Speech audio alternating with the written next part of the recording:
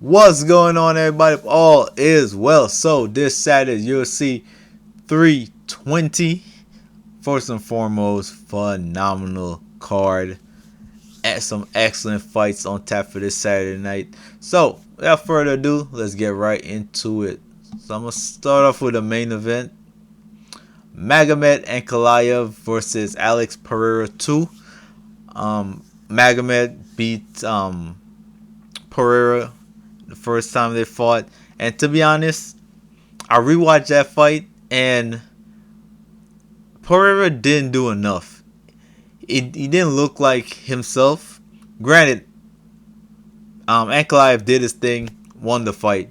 But in my opinion, Pereira didn't do um, enough.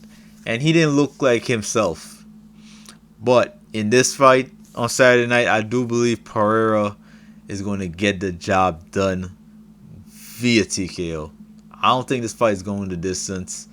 And also, I saw in a recent interview that Pereira pretty much said that, it's getting harder for him to cut to 205. So maybe this is last time at 205. And afterwards, he's going to move up to heavyweight. That'll be intriguing to see. But yeah, I'm going with Pereira on this one. I think he gets it done via TKO. I do believe, the fact that he was very active before the first fight against Ankalaev played a factor.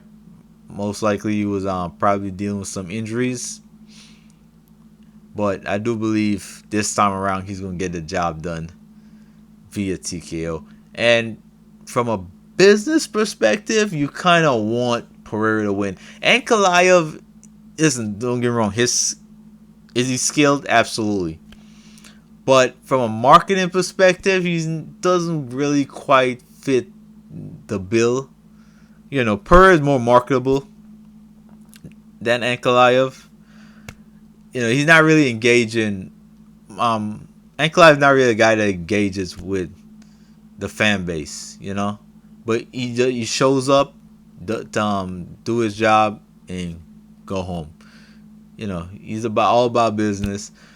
But yeah, we'll see how this one plays out. I'm intrigued to see this rematch. All right, so moving on to the co-main event, we got Merab Dvalishvili versus Corey Sandhagen for the bantamweight UFC bantamweight title. Merab, listen, bro. Merab is just an absolute nightmare for anybody in that bantamweight division. It's just his style is just tough to deal with.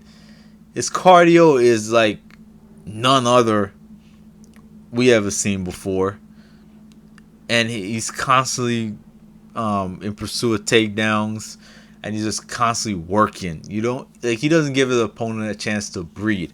Now, can Corey Sandhagen knock him out? Absolutely. And to be honest, that's the only way you're going to beat Merab. You're not going to beat Merab via decision. He's just going to outwork you. Now, can he get knocked out? Yeah, Corey Sandhagen can get the job done. He just needs to land that blow. Now, we see Merab get hurt, against when he fought Marlon Moraes. Moraes had him hurt badly in the first round. Almost got him out of there.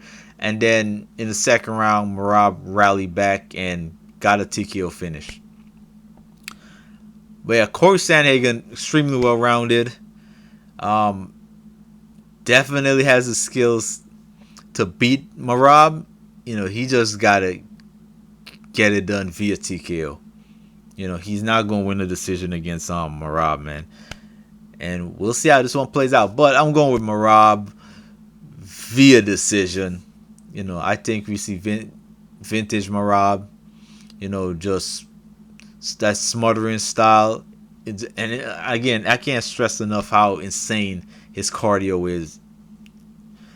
He basically weaponizes cardio. But yeah, we'll see how this one plays out. But I'm definitely going with Merab on this one, man. But if Corey Sandhagen manages to land something big, I won't be surprised if that plays out as well. Yeah. But we'll see, we'll see, we'll see. All right, next up, this is gonna be a fun fight. Yuri Prochazka versus Khalil Roundtree Jr. This fight is not going the distance. I'll be shocked if this fight goes the distance. I think somebody's gonna get knocked out.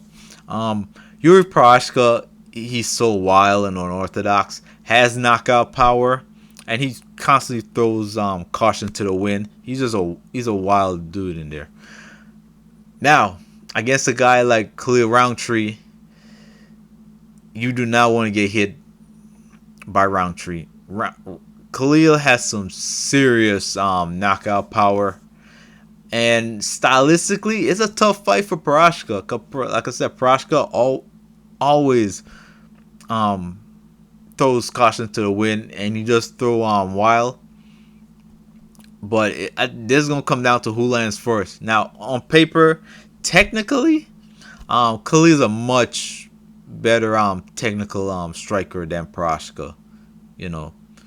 And even when Alex Pereira fought Khalil, he took his time when he fought Roundtree. You know, he picked his shots and eventually just broke him down.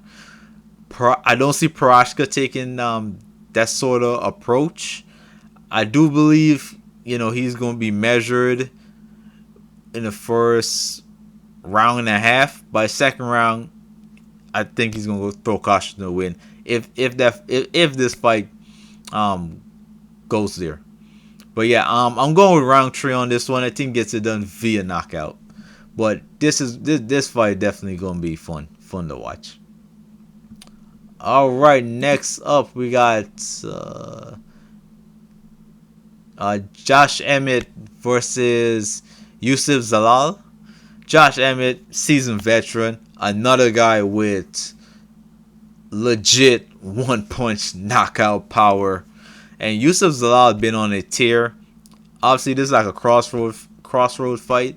We got the seasoned veteran versus the up-and-coming young lion. Yusuf has been on a tear as of late. I believe he's on like what, 3 or 4 fight winning streak. Now, Zalal, he's well-rounded.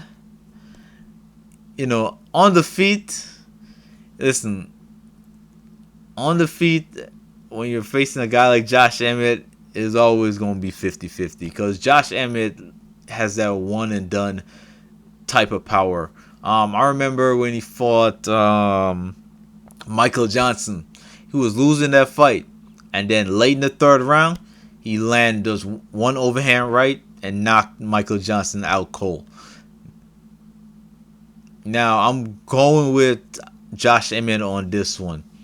I believe Yusuf Zalal extremely well rounded. You know, all the potential in the world. I just think he's not gonna get past Josh Emmett. I'm going with the seasoned veteran in this matchup. I think Josh Emmett gonna get it done via knockout. All right. And to kick off the main card,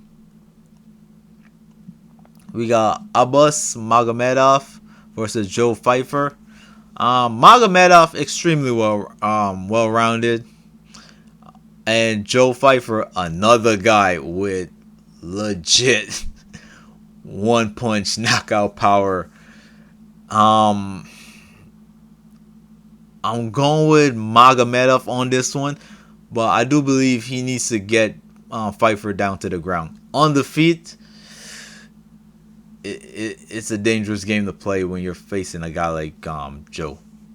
You know, he has some legit one-punch knockout power. Like, if you zig when you should have zagged, you'll wake up with a flashlight in your face. Now, can he get him down? I think Magomedov has the skills to get Joe down, and it's going to cause some problems for Joe for sure. But I'm going with Magomedov via submission.